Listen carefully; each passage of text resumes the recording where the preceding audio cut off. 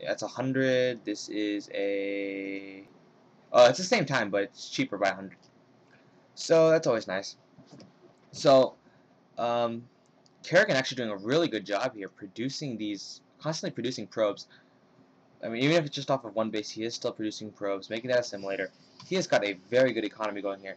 Look at that, 20 more harvesters than the Zerg player, more than Storple here. So poor Storple, he's going to be severely behind in the economy, but he did do a really good job making that second queen before this hatchery actually finished.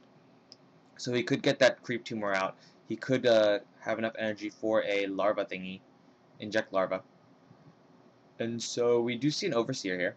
Oh, that's so cool. I know. I just like that. Right. So we are finally seeing a second Stargate and a Void Ray on the way.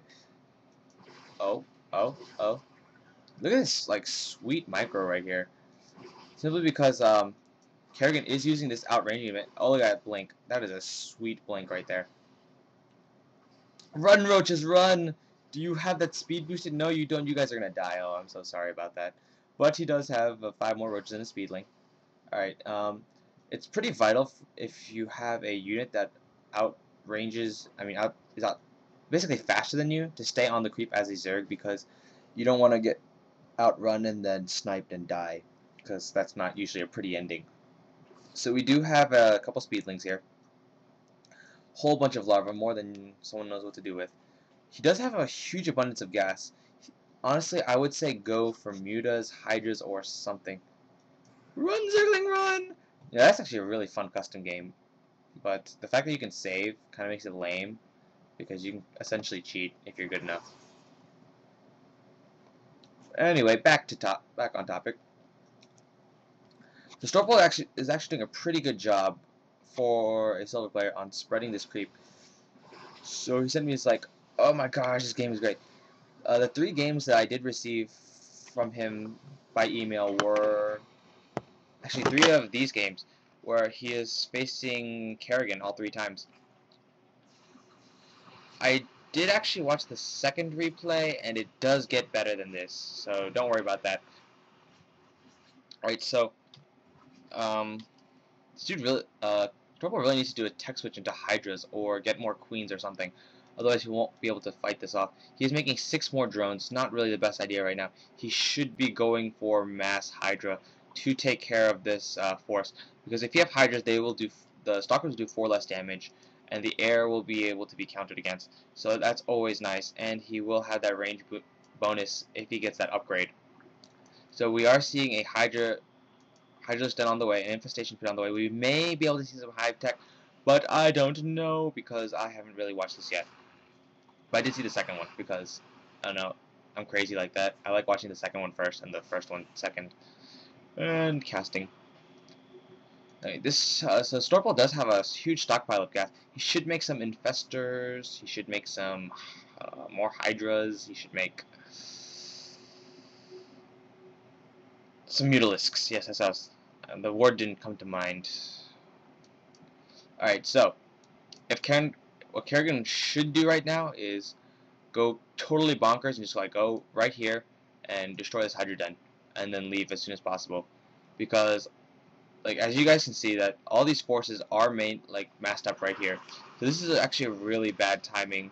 This is a really bad movement for Kerrigan, because if Kerrigan really wanted to, he could have put his Void Ray right here, blinked his Stalkers up here, and totally destroyed this, and they would not have reached up here in time. They would have been fast, but they wouldn't have reached in time, and then he could have just teleported back here, blinked back here, and then gone for an attack. But we did see a Void Ray go down. We saw a couple Stalkers go down, but they are going to be reinforced by 2 more Void Rays and a few more Stalkers.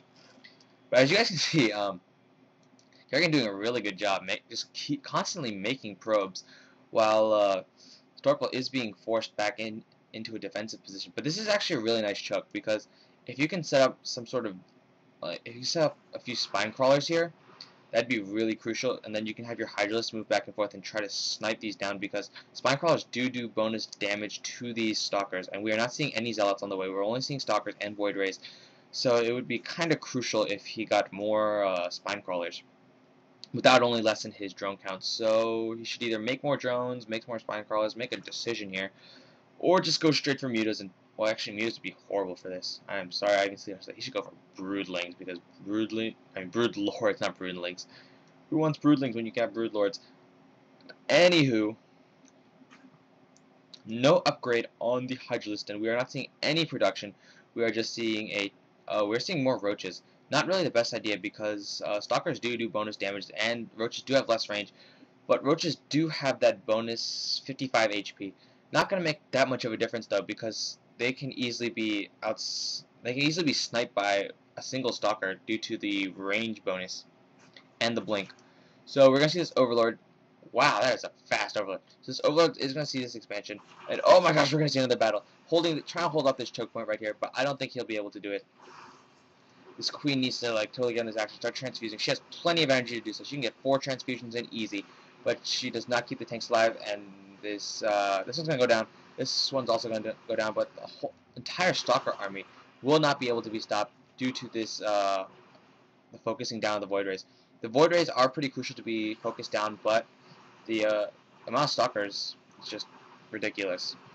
So 2 more expansions going up, and I think this is a good game for Storple here. So this is game 1 of 3, and well, it's not really a tournament or anything, but it is just a game of 1 of 3. So this is actually a pretty epic game. Not like the coolest game ever, but it's pretty nice. Not the best strategy. For Kerrigan, I would have suggested if you want to go for that early win, he should have just gotten the Void Rays to get vision up here, teleported, and then just totally dominated this area. Or split up his forces and have some stalkers like rush here and then teleport up here and be like, dual pronged attack.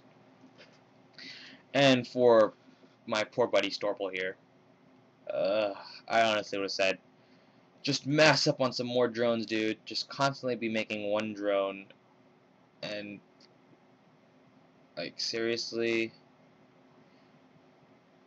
I don't know. He usually does pretty well as Zerg, but it's just I think it was just this one game that he did not do well, and I feel kind of bad commentating on this because he usually does so well.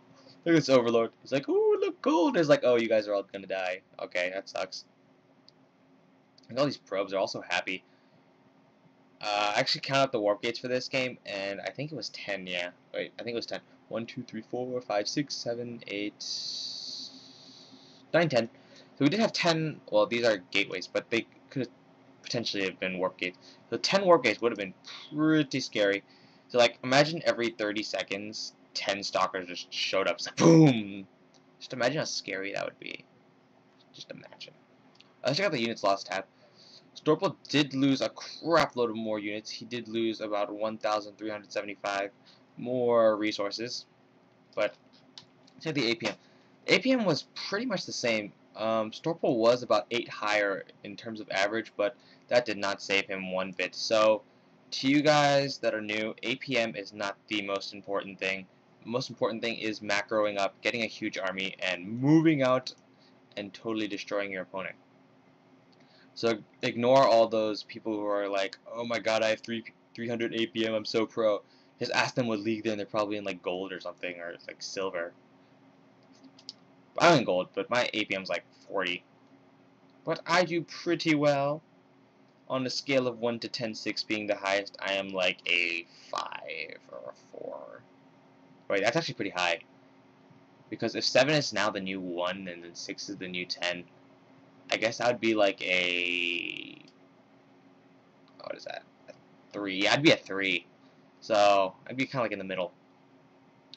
So anyway, this has been actually a pretty fun game for me to watch, because I have nothing better to do with my life besides watch StarCraft 2 like a total nerd. And someone just messaged me, so I need to go answer that. So, this is the end of the cast. I'll see you guys next time, and bye-bye!